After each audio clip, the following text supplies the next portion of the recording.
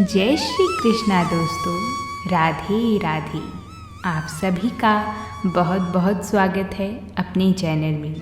आज हम सभी पितृपक्ष की जोगे भोगे की कथा को सुनेंगे, जिसमें दो भाई, जो एक अमीर है और एक गरीब, अमीर होते हुए भी जो विधि पूर्वक पितृपक्ष ना करे तो उसके पितरों के साथ क्या होता है, इस कथा के माध्यम से सुनेंगे।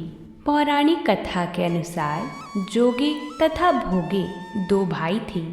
दोनों अलग अलग रहा करते थे। जोगे धनी था और भोगे निर्धन था। दोनों में परस्पर बड़ा ही प्रेम था। जोगे की पत्नी को धन का अभिमान था, लेकिन भोगे की पत्नी बड़ी ही सरल स्वभाव की थी। पितृपक्ष आने पर जोगे की पत्नी ने उससे पितरों का श्राद्ध करने के लिए कहा, तो जोगे ने इसे व्यर्थ का कार्य समझकर टालने की चेष्टा करने लगा।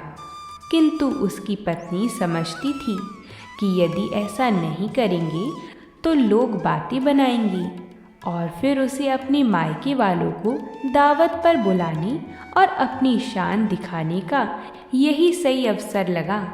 अंततः वह बोली, आप शायद मेरी परेशानी की वजह से ऐसा कह रही हैं, किंतु इसमें मुझे कोई परेशानी नहीं होगी। मैं भोगे की पत्नी को बुला लूँगी, दोनों मिलकर सारा काम कर लेंगी।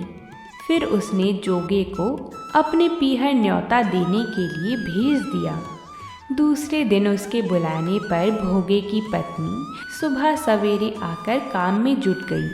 उसने रसोई तैयार की, अनेक पकवान बनाई, फिर सभी काम निपटाकर अपने घर आ गई।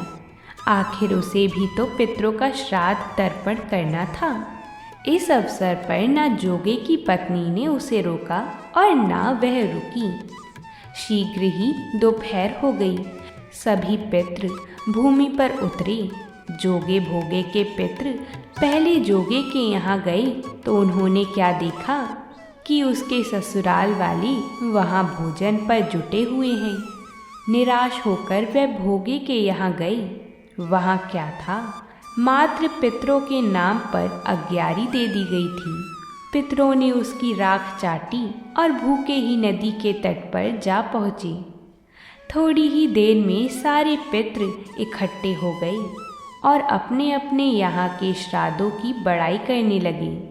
जोगे और भोगे के पितरों ने भी अपनी आप बीती सुनाई। फिर वह सोचने लगी, अगर भोगे समर्थ होता तो शायद उन्हें भूखा न रहना पड़ता, मगर भोगे के घर में तो 2 वक्त की रोटी भी खाने को नहीं थी। यही सब सोचकर उन्हें भोगे पर दया आ गई। अचानक वह नाच नाच कर गाने लगी कि भोगे के घर धन हो जाए, भोगे के घर धन हो जाए। सांझ होने को हुई। भोगे के बच्चों को भी खाने को नहीं मिला था।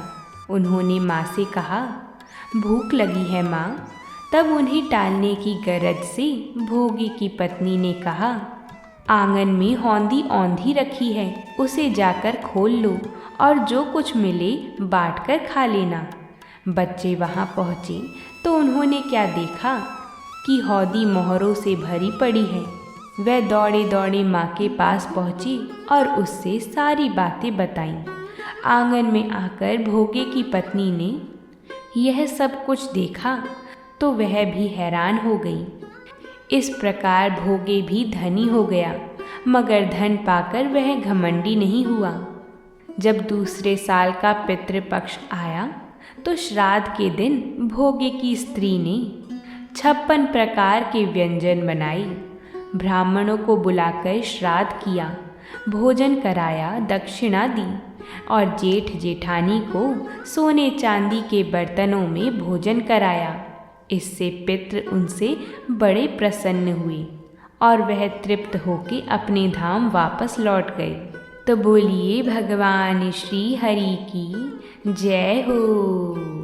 मार्कंडेय पुराण में एक कथा मिलती है, जिसमें एक रुचि नाम का ब्रह्मचारी साधक वेदों के अनुसार साधना कर रहा था।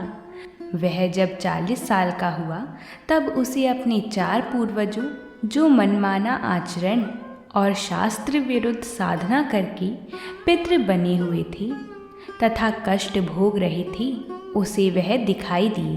पितरों ने उससे कहा कि बेटा रुचि, शादी कर कर हमारे श्राद्ध को निकाला करो, हम तो दुखी हो रहे हैं। इस पर रुचि ऋषि बोले कि पितृमहो, वेद में क्रिया या कर्म कांड मार्ग जैसे श्राद्ध, पिंड भरवाना आदि को मूर्खों की साधना कहा गया है।